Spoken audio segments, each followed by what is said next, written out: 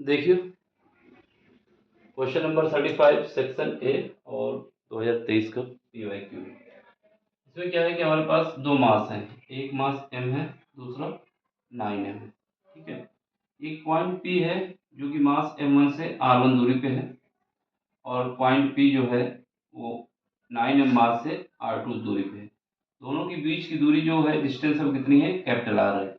हमसे ये पूछा जा रहा है कि यहाँ पर हमारे पास पॉइंट P पर कितना ग्रेविटेशनल, क्या कहते हैं, ग्रेविटेशनल पोटेंशियल है। फाइंड करना है हमें कि ग्रेविटेशनल पोटेंशियल कितना है, ठीक, पी पॉइंट पे। और इसके अलावा ये बताया जा रहा है कि जो ग्रेविटेशनल फील्ड है जीरो है कहाँ पर, पॉइंट पी पे, ये भी बता दिया गया।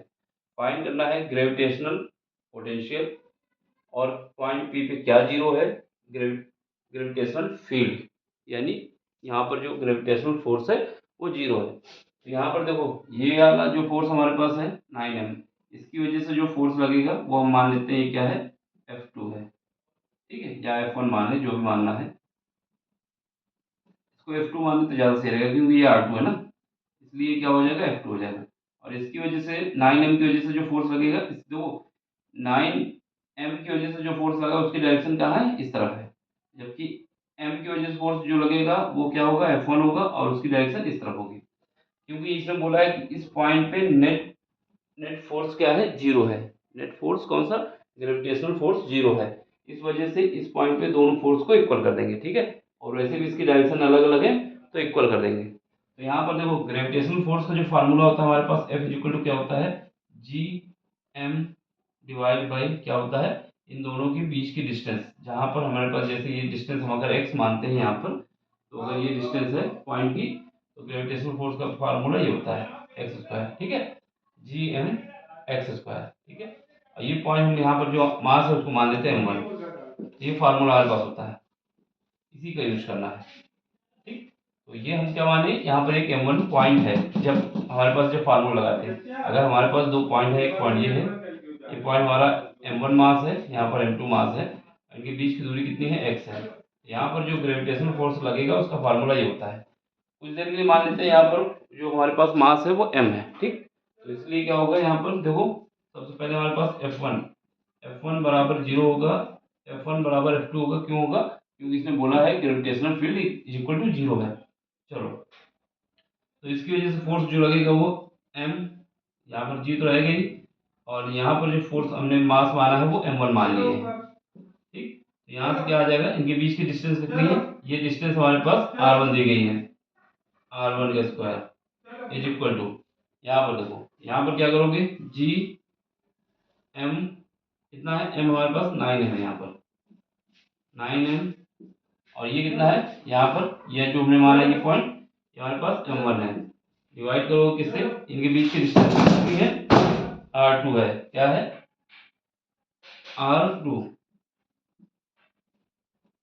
का स्क्वायर। ठीक, चलो, अब यहाँ से क्या कर सकते हो, जी से जी काट सकते हैं, m से m काट सकते हैं, और यहाँ पर m1 से m1 काट सकते हैं। तो यहाँ पर क्या बचा है, यहाँ पर हमारे पास बचा है 1, ये r1 कितना है, r1 रखेंगे, r1 का स्क्वायर इज इक्वल टू, यहाँ पर देखो, यहाँ पर क्या बचेगा, 9 बचेगा, और यहाँ पर क्या बचेगा, यहाँ पर 9 बचेगा, और ये हमारा हो जाएगा r2 का स्क्वायर।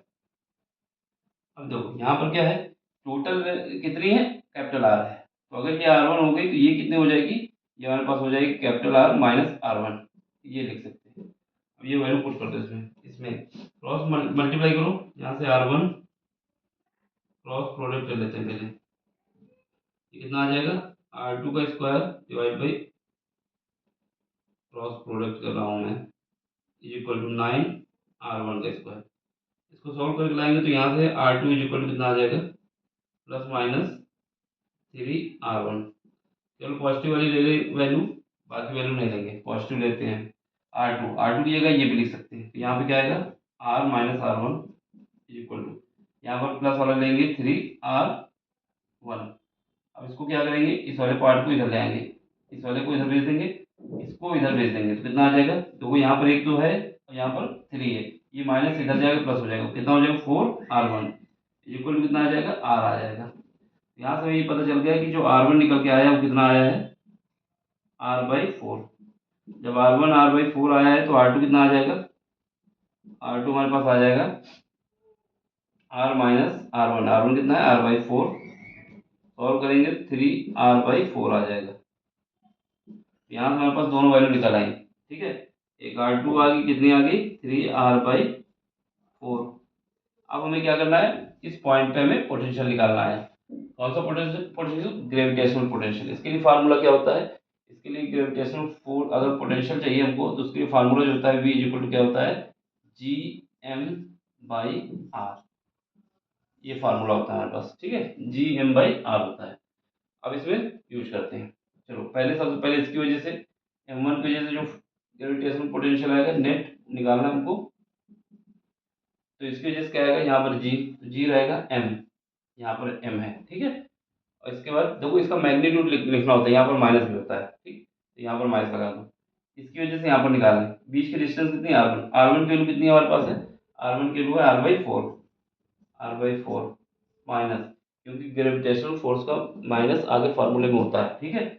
चलो इसके बाद क्या है, इसकी वजह से यहाँ पर क्या आएगा G9m भाई क्या आएगा r2 कितना है, r2 है 3r/4। सॉल्व कर लो, वी नेट माइनस बाहर ले लें, GM भी बाहर ले लें और भाई R भी बाहर ले लें। ये वाला 4 ऊपर जाएगा तो ये 4 भी बाहर आ जाएगा। यहाँ माइनस लगा के 4 आगे ले लें, ठीक है। यहाँ पे क्या बचेगा, -1 बचेगा, ये 3 हमारे पास नीचे रहेगा। यहाँ पे क्या बचेगा, यहाँ पर 3 से इसको काट दो, कितना बचेगा 3 बचेगा, तो -3 ये बचेगा। इसके बाद क्या, ये प्लस हो जाएगा, ये माइनस अगर हमने बाहर लिया तो सब प्लस हो जाएंगे। अगर माइनस हमने बाहर लिया तो ये प्लस हो जाएगा, ये भी प्लस हो जाएगा। V net is equal to कितना हो जाएगा 4 से मल्टीप्लाई कर दो कितना आ जाएगा -16 Gm/r। तो हमारे पास कौन सा ऑप्शन मिल रहा है इसमें, देखो इधर ऑप्शन नंबर 6 सेकंड है, ठीक है। सिंपल सा क्वेश्चन है, पूरा कॉन्सेप्ट समझ में आना चाहिए। क्या करना था, सबसे पहले हमारे पास जो दिया गया है उसके हिसाब से हमें समझना है क्या दिया गया है, और उसके बाद हमें ये फोर्स का फार्मूला पता होना चाहिए। ग्रेविटेशनल फोर्स का फार्मूला क्या होता है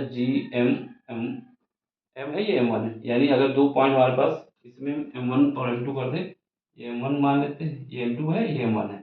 अगर दो मास एक दूसरे से x दूरी पर रखे हैं तो इसकी वजह से ग्रेविटेशनल फोर्स का फार्मूला ये होता है। और इसके बाद अगर हमारे पास पोटेंशियल निकालना है तो उसके लिए फार्मूला ये होता है -Gm/r होता है, ठीक। तो उसका सब यूज करोगे तो हमारे पास कंडीशन आ जाएगी, क्योंकि इसने बोला था कि ग्रेविटेशनल फील्ड जीरो है कहाँ पर, पॉइंट पी पे। इस वजह से इन दोनों फोर्सों को हमने आपस में बराबर किया, आपस में बराबर करने के बाद रिलेशन आ गई। रिलेशन आने के बाद हमें पता चल गया कि r1 की वैल्यू r/4 है, r2 की वैल्यू 3r/4 है। फिर उसके बाद हमने फार्मूला यूज किया, आंसर आ गया, ठीक। समझ लो, समझ में आया हो तो लाइक कर देना, शेयर कर देना, सब्सक्राइब कर देना। बाकी कोई क्वेश्चन समझ में नहीं आता तो टेलीग्राम में आना है, अपना क्वेश्चन पूछना है, ठीक। Bye, take care.